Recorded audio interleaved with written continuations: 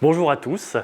Je pense qu'ici on a tous réellement conscience de l'importance cruciale de notre ressource en eau, qui plus est aujourd'hui, dans un contexte de changement climatique avec des périodes de sécheresse toujours plus intenses et fréquentes, impactant du coup durablement cette ressource en eau en termes de qualité. Donc, je suis Mathias Mondron, ingénieur et docteur en sciences de l'environnement de l'Université de Limoges, et je vais vous présenter le projet aujourd'hui Ecométrique. Ecométrique, c'est quoi? C'est une future start-up qui vise à développer, à promouvoir l'utilisation d'outils innovants pour diagnostiquer la qualité des eaux en micropolluants. Donc les micropolluants, qu'est-ce que c'est? Ce sont des molécules qu'on utilise tous les jours, que ce soit des pesticides, des résidus de médicaments, des hormones, perturbateurs endocriniens en général, et qui finissent toujours dans les masses d'eau. Alors pourquoi ils posent un souci? Alors premier point, c'est qu'ils sont toxiques à très faible dose. Deuxième point, c'est qu'on en retrouve dans la globalité des masses d'eau qu'on utilise. Et enfin, dernier point, ils ont des concentrations dans les cours d'eau qui sont très variables. Du coup, ils sont difficiles à traquer dans l'environnement.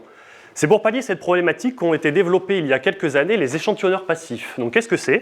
Ce sont des dispositifs comme ça qu'on va laisser dans les masses d'eau à analyser pendant généralement une quinzaine de jours. Donc pendant 15 jours, ils vont accumuler toutes les molécules qui passent. C'est-à-dire que si je le pose le 1er janvier, il y a une pollution le 3 janvier, les molécules elles ont été captées par l'échantillonneur, je le verrai.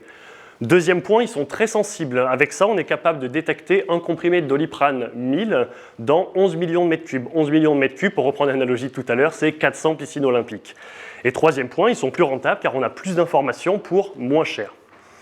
Au-delà d'échantillonneurs qui sont déjà opérationnels, nous sommes en développement d'un échantillonneur qui, lui, en partenariat avec deux laboratoires de l'Université de Limoges, sera plus robuste et applicable aux effluents industriels.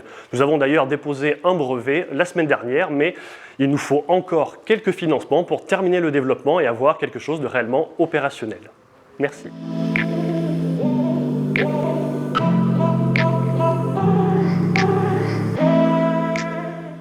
Non, j'ai deux associés, notamment le directeur du laboratoire Eudelim de l'Université de Limoges et un ancien collègue qui est maître de conférence à l'ENSI, qui vont gérer un aspect veille scientifique et relationnel.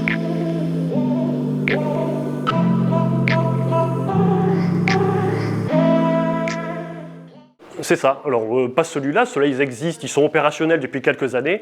Mais nous, voilà, on a développé un autre qui sera réutilisable et surtout applicable dans des effluents industriels très chargés, haute température, avec des potentiels acides très forts.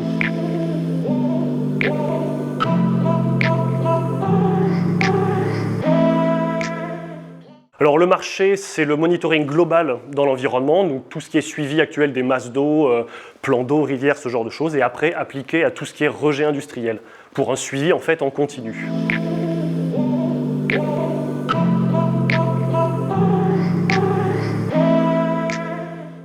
Alors Aquacé, ils sont vraiment dans l'efficacité hydrique, donc vraiment gestion de la ressource. Nous on est plus dans la qualité. En fait c'est complémentaire à leur démarche.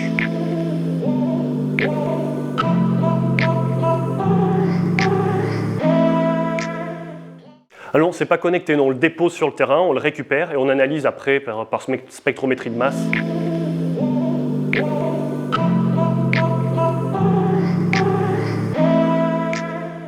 C'est qu'on s'est rendu compte que ce qui est fait à l'heure actuelle dans les prélèvements d'eau, c'est un technicien qui va sur le terrain avec une bouteille d'eau, il prélève.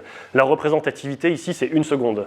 S'il y a une pollution qui passe à un moment T, si lui il est là 1 seconde avant, il ne la verra pas. S'il vient un jour après, ça sera dilué, il ne la verra pas. L'avantage, donc, c'est vraiment 15 jours, on a quelque chose de moyenné. Donc certes, on n'a pas accès à, il est 14h15, combien il y avait dedans. Bon, on a accès sur les 15 premiers jours, qu'est-ce qui est passé, et on remonte aux concentrations moyennes après.